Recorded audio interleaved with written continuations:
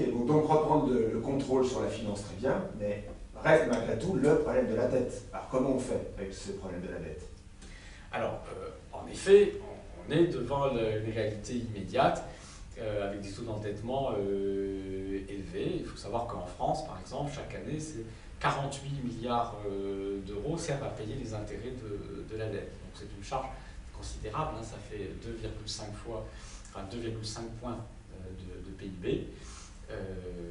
C'est très lourd. Bon.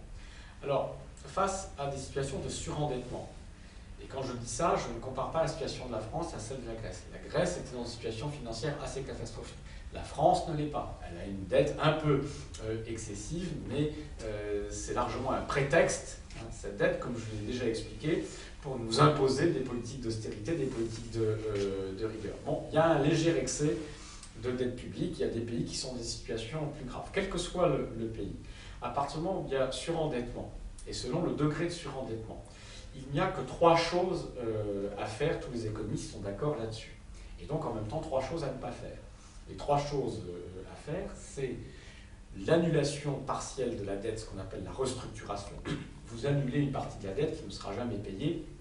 Ça, c'est dans les cas de surendettement les plus excessifs, ou parce qu'il y a une part de cette dette qui est tout simplement odieuse, parfaitement illégitime, et qu'il n'y a pas de raison de mettre à la charge des peuples.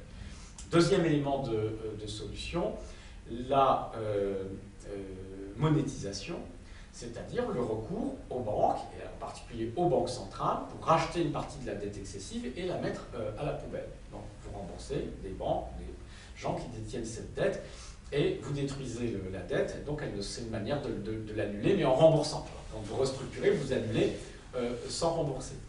Et enfin, comme on le sait, il faut relancer l'activité et l'emploi, on l'a déjà dit. Voilà les 3 choses dont on a besoin. Alors, relancer, on en a déjà parlé. Annuler, restructurer, c'est ce qu'enfin on a fait pour la Grèce après avoir attendu pendant 3 ans, ce qui n'a fait qu'aggraver le problème. Et monétiser. Monétiser, évidemment, pose toujours le problème que j'ai déjà évoqué, c'est que pour les pays européens, c'est interdit par le traité, la Banque Centrale Européenne ne peut pas le faire. Mais moi, je vous garantis, on verra ce que donnera l'évolution de la crise, c'est qu'il n'y a pas d'autre solution. Tout économiste sérieux le sait, une partie de cette dette finira forcément à la poubelle, et donc une partie des dettes d'ailleurs qui ont déjà été rachetées par la Banque Centrale indirectement, en les rachetant sur le marché monétaire à des banques, a de bonnes chances de finir à la poubelle, c'est-à-dire en réalité à être détruite en échange d'une création monétaire qui a circulé via les banques.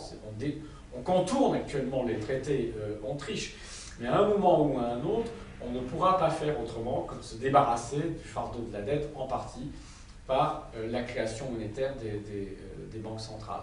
Alors, si ça ne se fait pas assez rapidement, il est du devoir de n'importe quel gouvernement, de n'importe quel pays d'Europe qui veut simplement sauver non seulement son propre peuple, mais sauver l'ensemble des peuples européens de la folie dans laquelle nous sommes conduits aujourd'hui. Il est de son devoir sur cette question de désobéir au traité et de réformer les statuts de sa banque centrale pour lui demander à elle de procéder au rachat de la dette et de la monétisation de la dette.